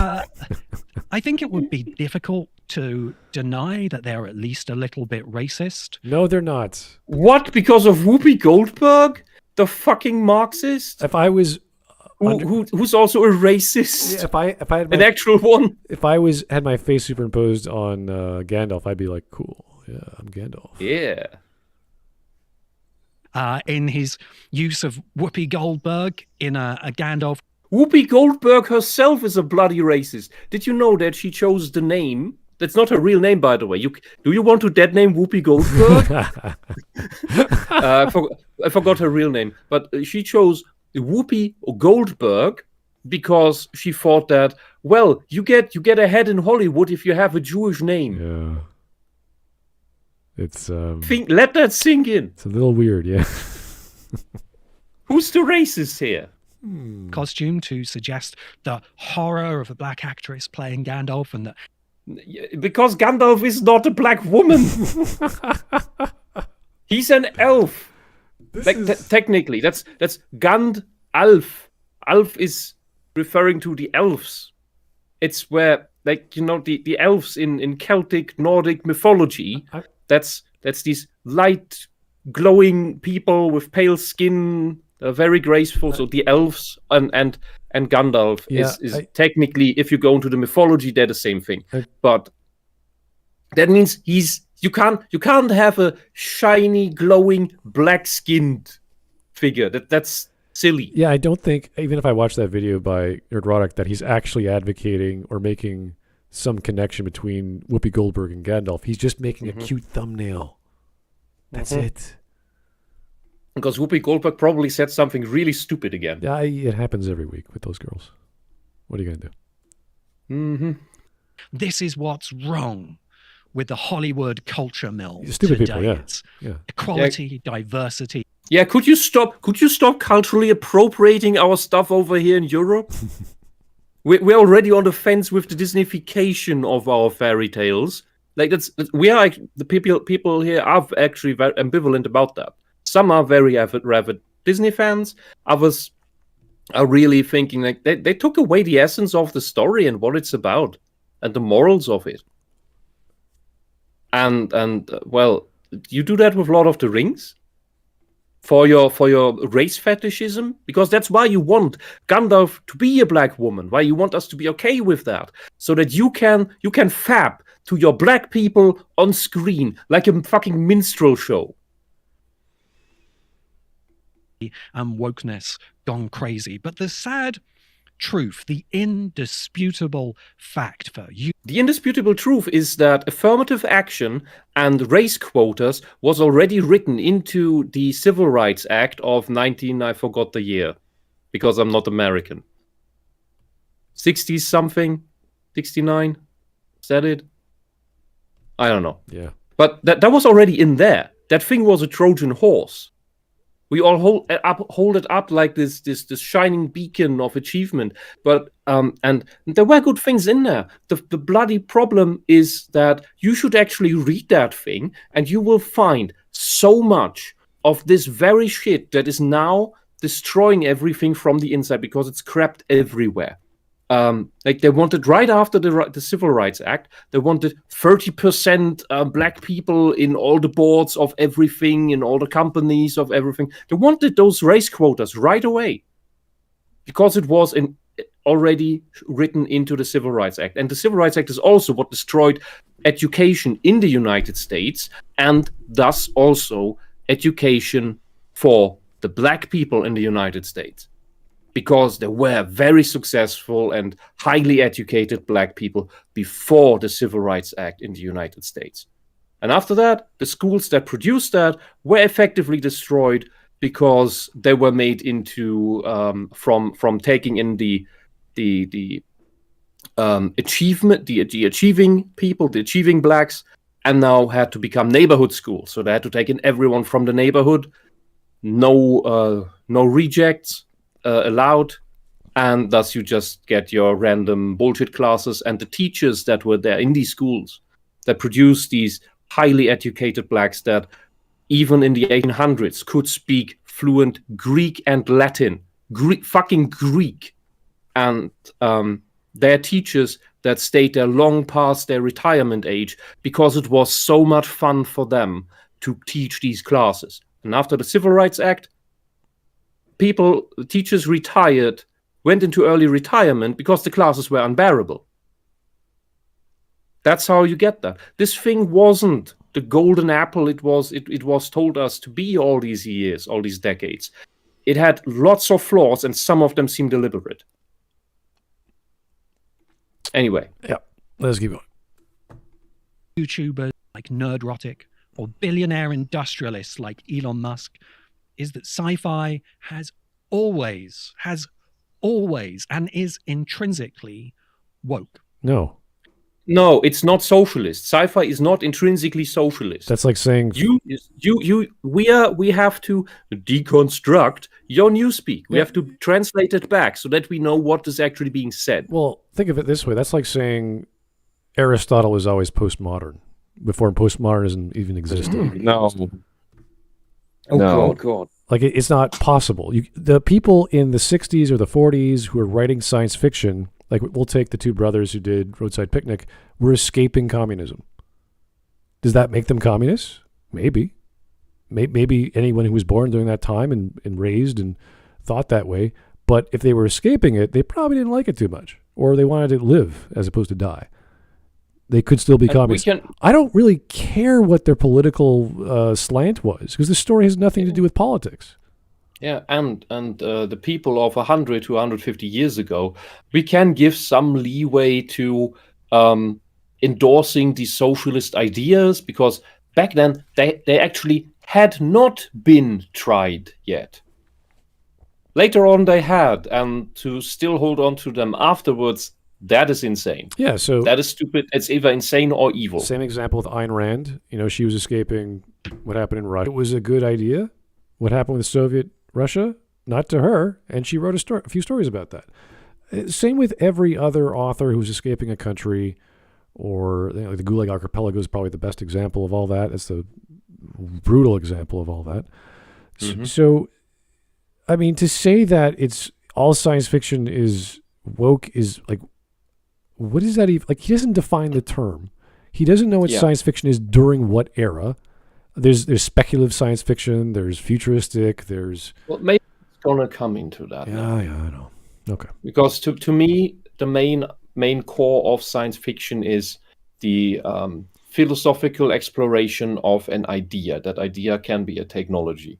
A technology can be how a culture functions. Yeah, I mean, I could take it into... It's not just a thing, a gizmo that you push buttons on. Right. I could take it to the level of anything creative that makes you look at a plot in a way that you never thought of before, because the difference between science or technology and magic is, you don't understand it. It's still magic to you. It's still fantasy to you. So whether we're talking about science fantasy or steampunk or all kinds of cool ideas, it doesn't really matter if it's fantasy, technology, if it's explained or not. It's your brain is going, wow, what happened if I had a twin brother coming from a factory? How would that work? So that's science fiction. It's very simple. So there's so much of that, and that's why we have authors from like Harlan Ellison saying, I'm not a science fiction author. I'm an author. I write. And it happens to be his buyers liked reading science fiction, so that's what he wrote. Yeah, and this is the interesting thing about the fantasy series story, not the show. Ignore the show. The book series Wheel of Time, because spoilers, the magic there is indistinguishable from an ancient technology, and the question is then, is it still a fantasy story, or is it a weirdly wrapped science fiction story? Because the bad guys also know about some time capsules where some old technology is stored, like light bulbs and such, which nobody in this world can use or knows how to use or doesn't even know even exist. They use candles. And about the magic, how it is used, how it manifests, the drawbacks that it has. There are different nations, in part on different continents, whose cultures are formed completely different due to how the magic works. They just found different ways in how to integrate that into their societies.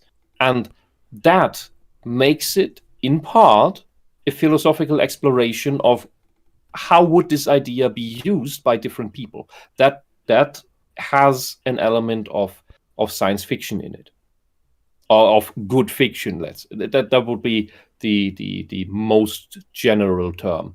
But you can call it science fiction if you want. It's just very, very buried. Okay. Yeah. Anyway, this guy is grating on me, but we'll give him a few minutes, and then we'll go get some scotch, because I'm already on Chivas Regal. Yeah, you got it. I don't. So I wish I had. I have something to celebrate today. I got a very different task. Okay. All right. Good for you, sir. All right. Let's keep going. Star Wars has gone woke, has it? The last time I looked, the very first Star Wars movie, the entire original trilogy, is about an authoritarian army completely composed of white males, cloned white males. Just the no, you're already wrong. They're not cloned. Wait, They're not clones. They're not clones during the time of the Empire. Yeah, Yes, they're also they're a bunch of mercenaries too. There are also Mercenaries and women child soldiers. working on the bridges. There are female officers in the OT. Yes.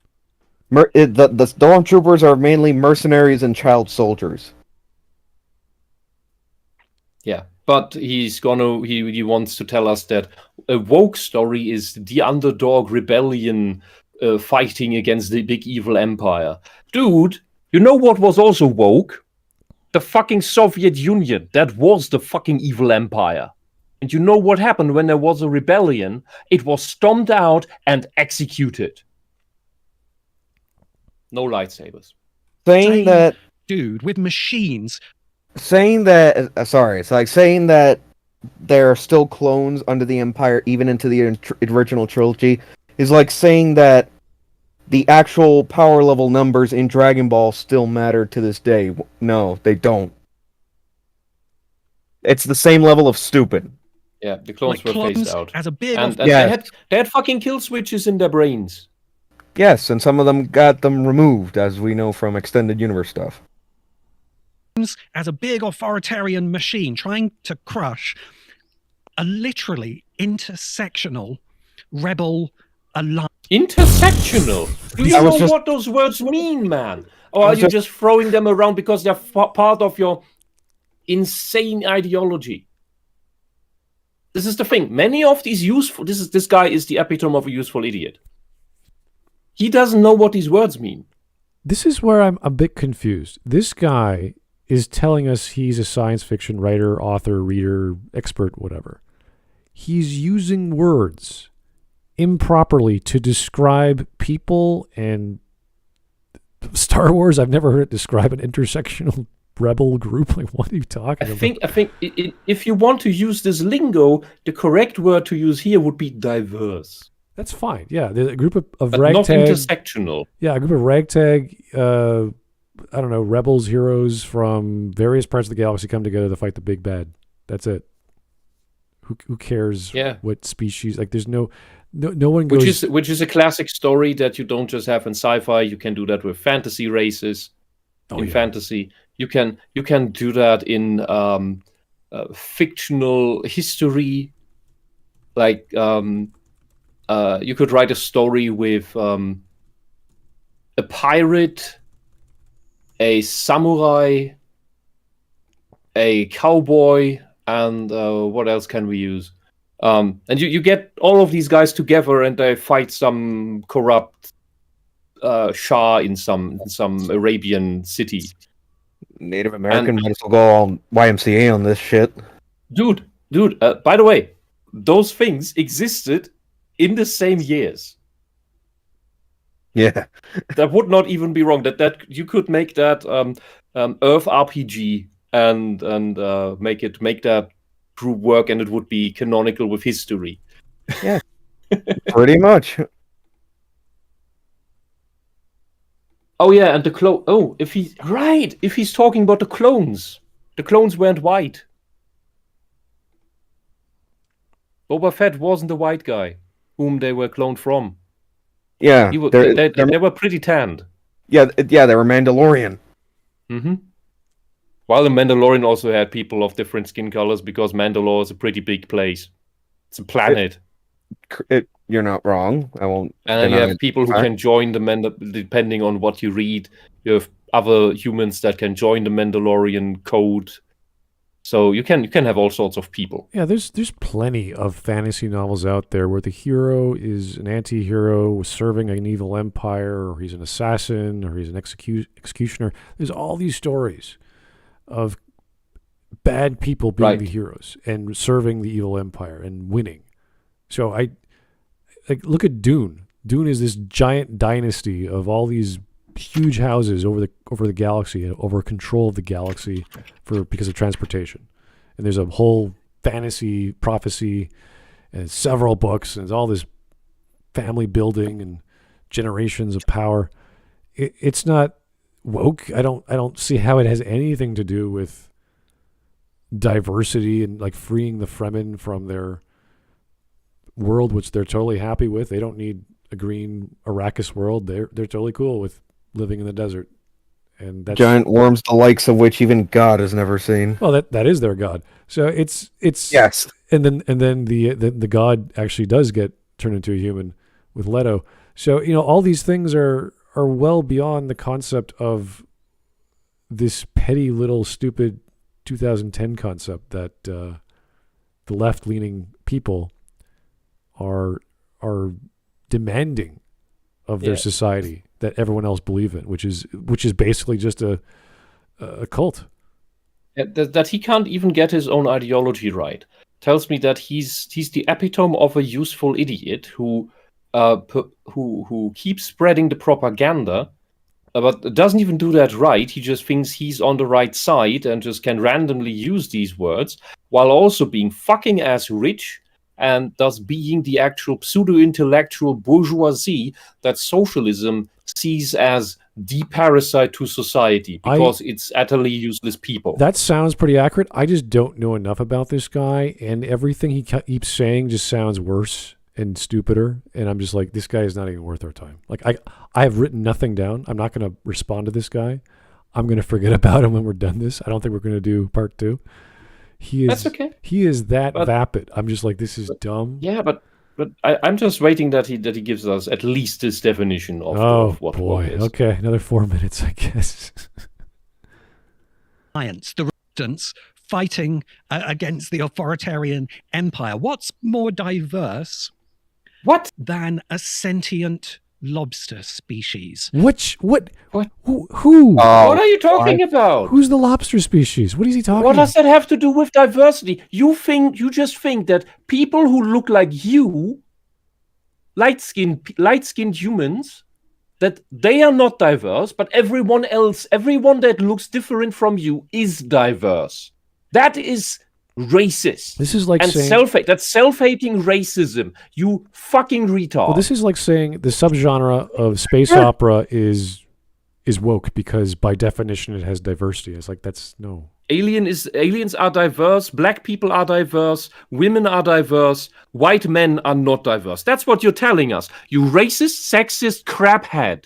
Get this shit out of your brain. You got brainwashed. You need to get the soap out because it's eating away your neurons. Holy shit. How can you be this stupid? How can you be this stupid and this rich? I don't understand that. Okay. I know that the dumbest farmers have the biggest potatoes, but this is ridiculous. Maybe this guy is a well-known, or not a well-known author, but he is an author. He sold a lot of books, made a lot of money, and he's like the inverse of like the Critical Drinker. Like Critical Drinker's a writer, did very well, but he's not stupid. He's at least not stupid. You could say you don't like his politics or how he replies, but he's not a dummy. This guy is just babbling, getting the terms wrong, trying to redefine the entire genre of science fiction as woke because Look, Lobsters? if you think that you are inherently evil and a menace to humanity because you are a man with light skin, then bloody Canadian healthcare yourself. Which means Yes. I'm just trying to circumvent the YouTube censor somewhat. Yeah, I know. But okay, he says lobster. I mentioned this before. I think he's talking about the Mon calamari. I don't know. But they're not lobsters. They're not crustaceans. And Yes. they might be. You racist! You racist! You can't. Why do you? How dare you call them lobsters? That's like calling black people a certain G word. You can't even get sea life correct. I hope he's playing around with the whole Jordan Peterson, as I said before, because this makes no sense to me. I'm just lost. I think he's trying, but he's not smart enough. Yeah. I Okay. hope so. Otherwise, he's gonna take Pog's biggest bourgeois fuck award. All right. 3 more minutes. I don't know how much more woke you can get from the very beginning. Oh God, you're hurting me already, dude. Just We like need more than 3 minutes. Come on, this is How awesome. much more woke can you get? Oh, it's Star Wars. There's lobsters. I was like, oh my God. it's like cue the SpongeBob Explain title card. woke to me, you fucking mongrel. Like cue the SpongeBob title card. How much more woke can you get? 3 seconds later. Yeah, this is like, look at the cantina scene. Look at all these aliens. It's so woke. It's like, what are you talking about? What are you talking about? You don't know how words work. Anyway. In Star Wars, possibly Star Trek. I mean, that other No. tiny, inconsequential franchise in sci-fi that we could just ignore to make a fatuous point about Get wokeness. to your When point. the original Star Trek was explicitly conceived by Gene Roddenberry That's great. to talk about what are undeniably woke concepts at a No. time of still quite... Woke No. wasn't a thing. Woke wasn't a thing back He's then. not defining the word. You need to. Okay.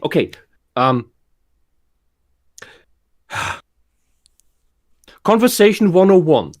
Before you use a loaded term, fucking define it. You dead brain. We know You that. pseudo-intellectual waste of energy. We obviously know Gene Roddenberry was very liberal-minded. He obviously was very left-leaning, of course. And he was very progressive in his ideas, in having this diverse society in the future being all peaceful and eliminated greed and want and need. That's the premise, and that's a very positive look at the future. It has nothing to... Once you get past all these ideas of power and resources, it's not about politics. It's no longer about who's in control or how you get your food.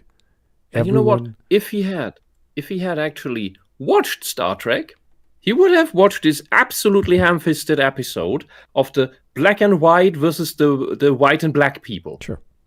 Which shows you that you should not make this bullshit distinction of white males are non-diverse and women who have and any race other combination is diverse and aliens are diverse. That because that's the exact thing. You are the black and white people, and you think everyone else is the white and black people. And you don't get it. You're too stupid to get it. And you might have also watched the TNG episode where they encountered a civilization that has this idiotic communist idea of trying to do away with biological sex, which that species still has. They're just overriding it with their cultural bullshit and enforcing it and calling everyone who actually wants to be a man or wants to be a woman mentally insane and try to drug them. Yeah, which is displayed as actually evil, that people are suffering under this system. And that is what the communists, the woke people, want to do here right now with their version of trans shit. All right, before I forget. You are following an insane ideology that even Star Trek explained as fucking insane and evil and tyrannical. All right. Before I forget, I'm going to read the Copper Owl super chat because I'm going to storm off of it pretty soon. In my sci-fi book, commies are fillers for body bags. Oh my God. Oh, well, you could write whatever you like, Copper. I'll have a great time. All right, 2 more minutes and whiskey time. All right, let's go.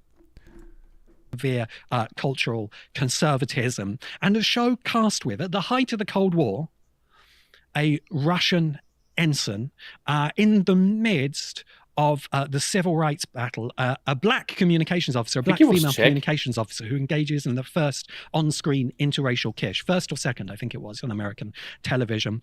An Asian gay-acted helmsman.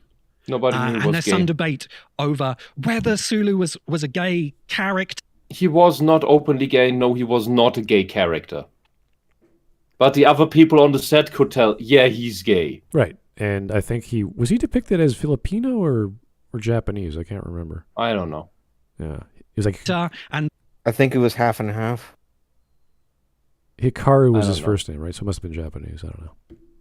they did or didn't reveal it. But there is that iconic fencing scene, which some people say is evidence of that. You have a What?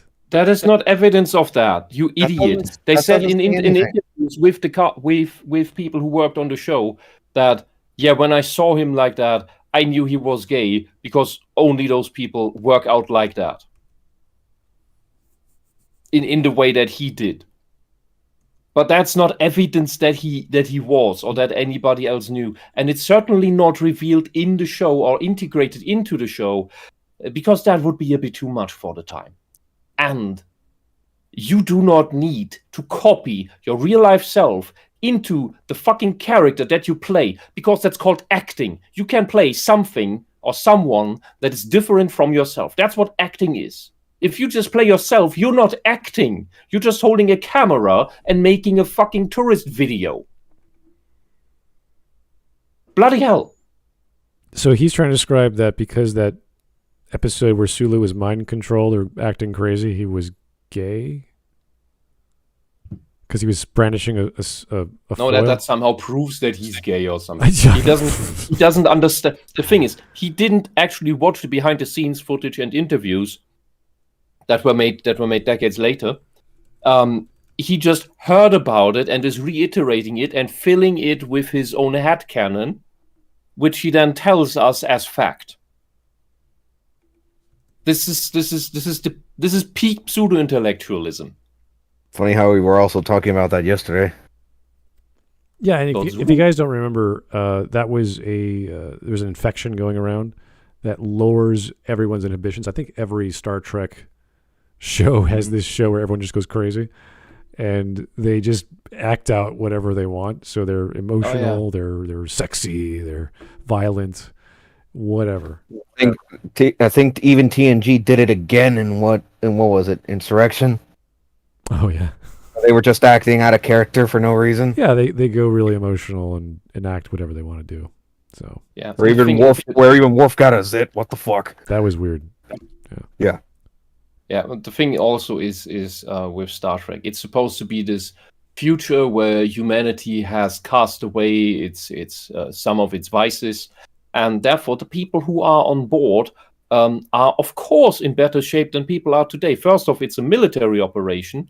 Secondly, being in peak physical condition is quite useful. It's healthy and it's quite useful when you are in the military thing. So Zulu actually looking pretty well in shape, that's fine. That's normal. In that universe it is. In that context, yes. Mm-hmm. Okay.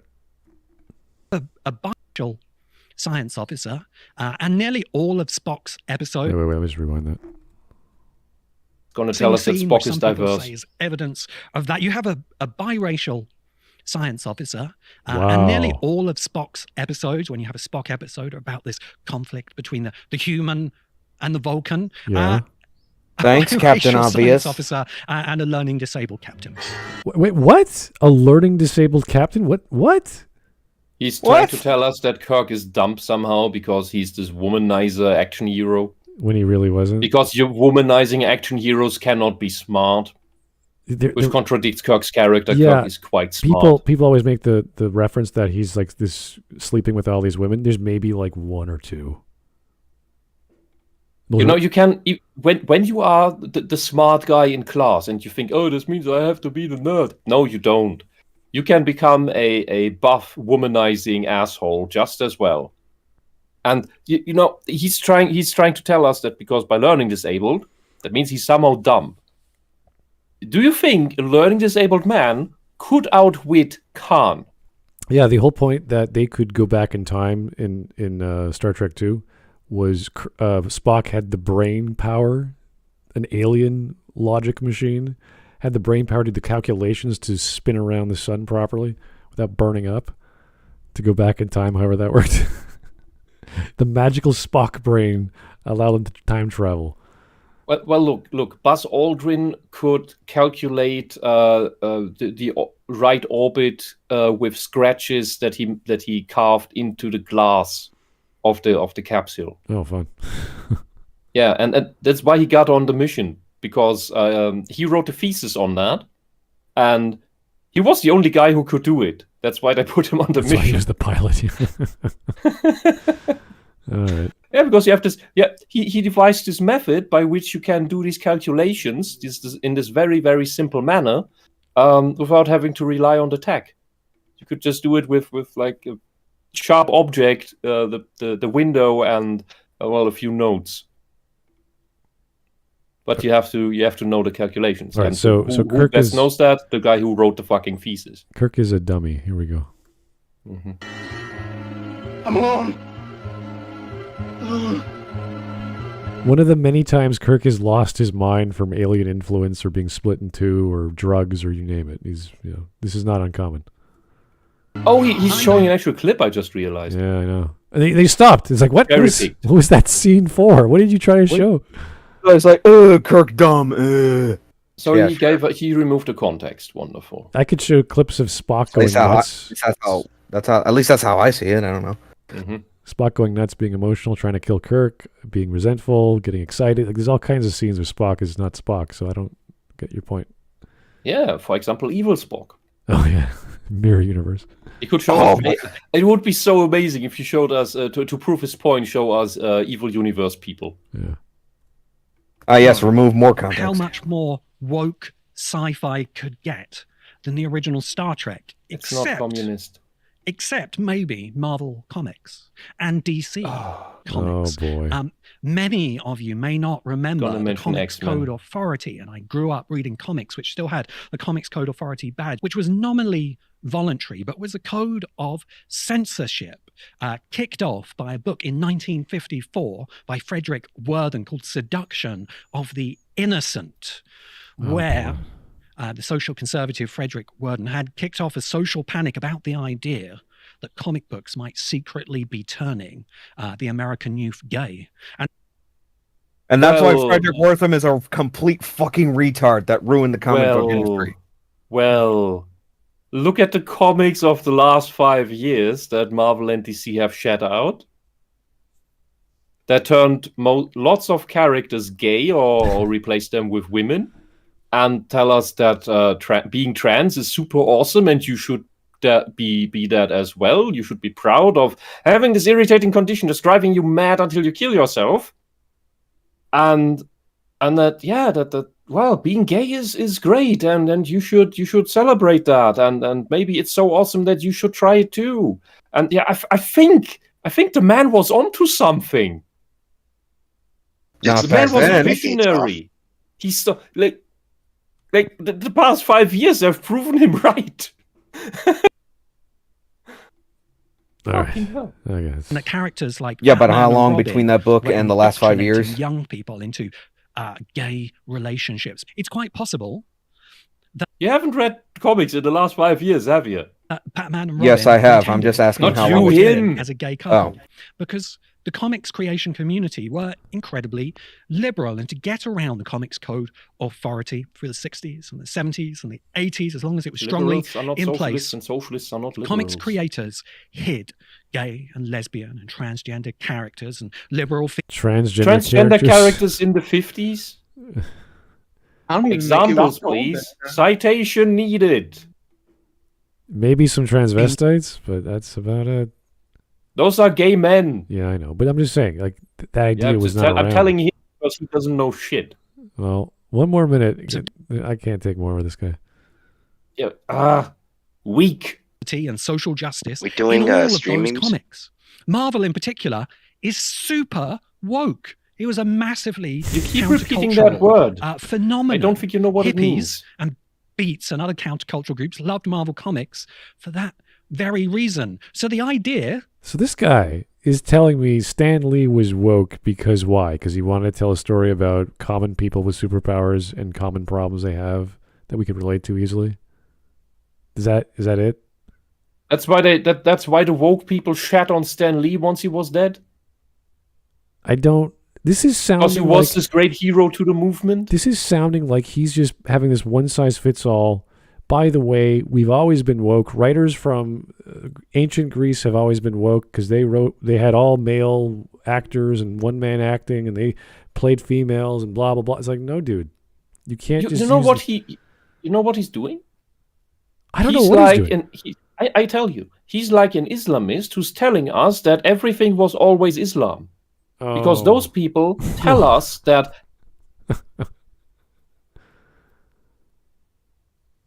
I don't know, Wisp.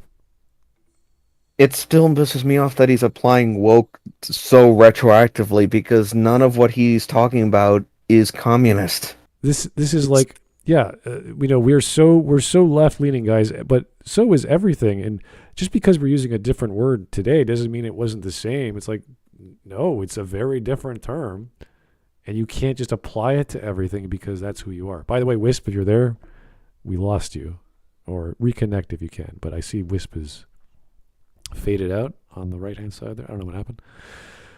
It's okay. Anyway, if you want to reconnect, Wisp, go right ahead.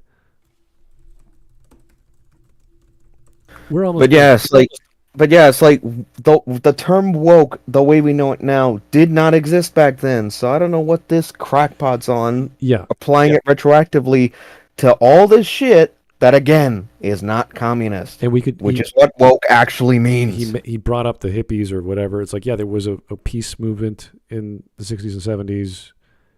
That's not woke. I'm sorry. That the hippies are not, at least not on the surface, communist. That's not communist. I'm sorry to break this to you, Mr. Walter. Are we doing stream memes this stream, or just giving our final statements and then hopping off as soon as we can? I'm going to be done in 20 seconds with this guy because it's halfway, and I think that's enough we could take. He has been a waste of time. He has not defined terms. He is using this catch-all phrase to represent everything. Star Wars is woke. The 60s were woke. Comics were woke. Blah-de-blah. It's like, dude, no. I'm sorry. You can't do that. So. And Wisp is gone. I don't know what happened to Wisp. Anyway. 20 more seconds, and we'll go to stream memes. Because Avengers Endgame has a scene where all the female characters team up and attack Thanos, that it's suddenly gone woke. It's always been woke. Sci-fi has always been and is intrinsically... No. I'm sorry. Plenty of stories don't even have women in them. Doesn't make it right-wing leaning. It just means that it was a story about men. Next he's going to say like Brave New World and 1984 are woke. Anyway, let's go to stream memes before I kill myself. Let's see what we got. Okay, I think I got the right channel. There we are. Alrighty. Jean-Luc Ritard. Humanity. Meet the Elon Musk of Africa. That's great. Oh, boy. What else we got? Everyone, Elon Musk is the best billionaire. Elon Musk.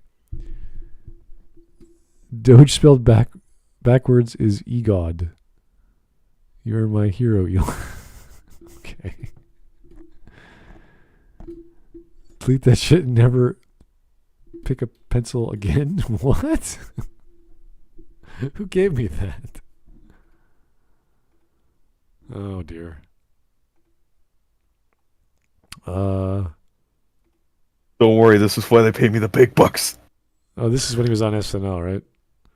Yeah. Okay. Which is like all his efforts with Twitter make this retroactively better. Yeah, that's just me though. Yeah. That's integrity. Okay. Integrity. No, if there's one thing you don't have, and that's integrity.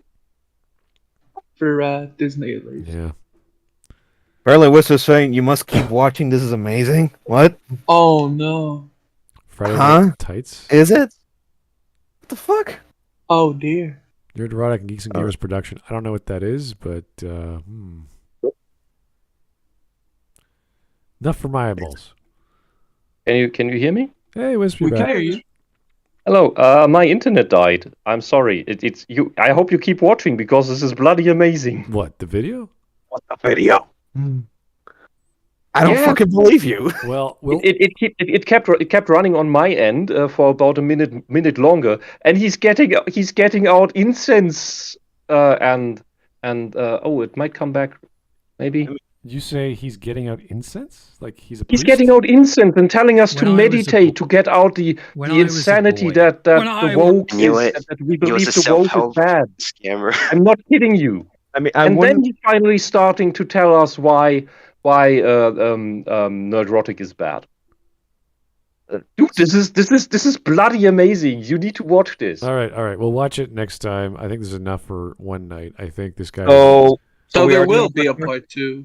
so well, we're playing. Yeah, If- yeah, please. So please. it This is continues. bloody. This is you won't believe this. If you didn't see this, you won't believe this. okay. All right. If it gets better, I'll watch it. If not, then I'm turning it off and changing. I don't mind doing a part 2 on Friday. Do a part 2. It's worth it. I promise you. All right. Anyway, back to Friday Night Tights. This is. Oh my God. What is this?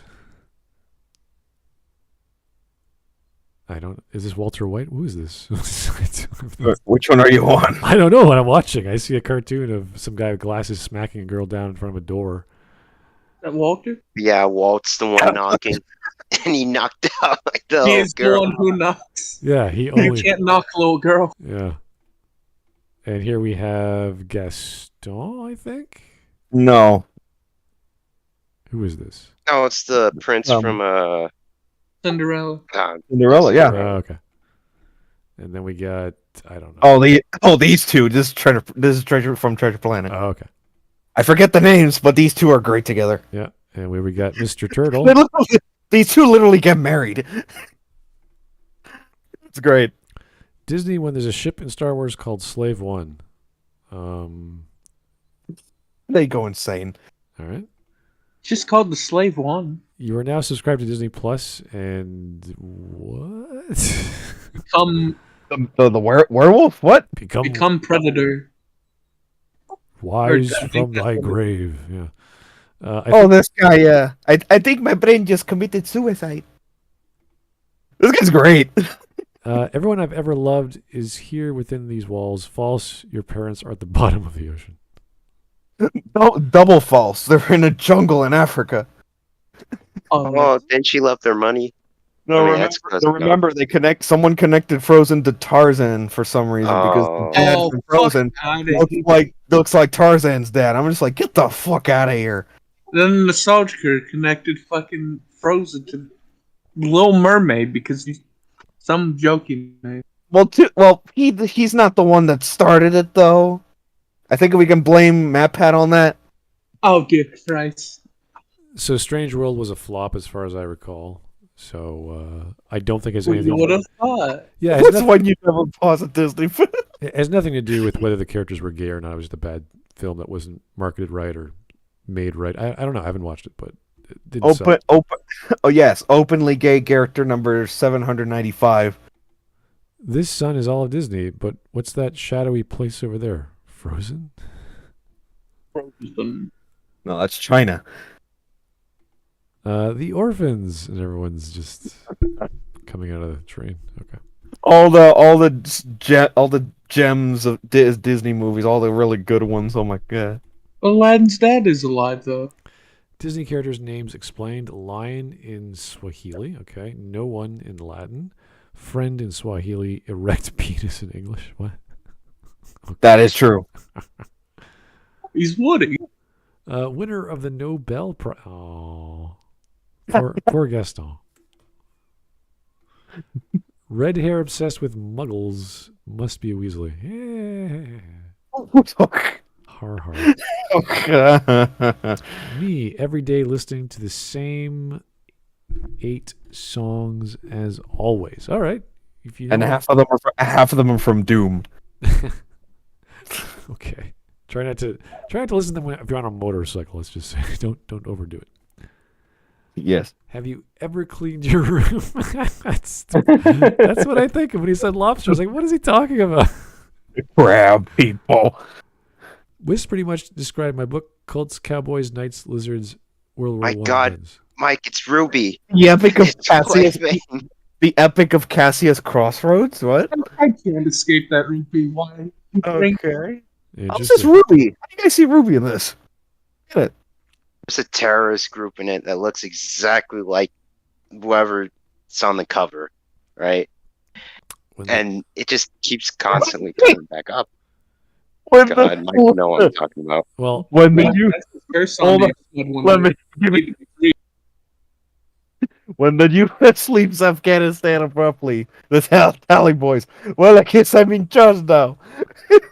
well, Mike, is it Oh. Ruby or not? You're our expert here, right?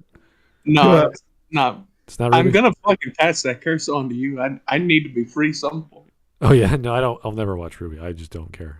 It's not part of my. Me neither. Not part of my library. I don't think it's on my list. You know, Copper Owl will not want to be friends with you anymore if you call his book Ruby.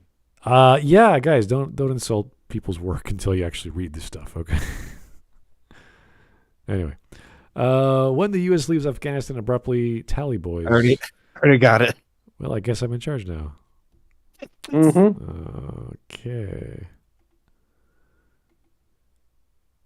Brain and Brain. What is? Oh, this you guys don't remember. What? This was a classic episode called "What Happened to Spock's Brain," and it's kind of like they need a superior brain to run their entire system of society, and she doesn't know what a brain is. She doesn't know biology. Oh yeah, there he is sitting down. It's like, It's a wild episode. and his brain is gone. It's amazing. Like he gets this data beamed into his brain. It's like child's play, and he's working on Spock's skull, and he's like, "What's wrong, Bones? You were just like thinking it was child's play like 2 seconds ago." It's like, "There's millions of neurons, millions." That's great. This Cartman one really nails brain what is gone. Wisp said. Yeah. Yeah, that's. Did it jump back here? I wish we had hippies back. That would be nice. What the fucking moron. Hippies were the pseudo-intellectual assholes that ruined that generation. Well, yeah, but But they weren't woke. compared to today, I'd rather. Yes, they were. They're Oh, really? They were the precursors, so useful that's idiots. pretty They bad. were the useful idiots of that generation that pushed all this shit without understanding what they were pushing. This is They were. It's the good-hearted, the good-natured, good-hearted, kind people that believed all this shit that they were pushing was good. They didn't understand that they were tools for establishing socialist crap. Oh, here's Mary Marvel, a conservative who said straight up she disagrees with Bill Clinton. What? Good. This looks like it's made in the 40s, not the late 90s.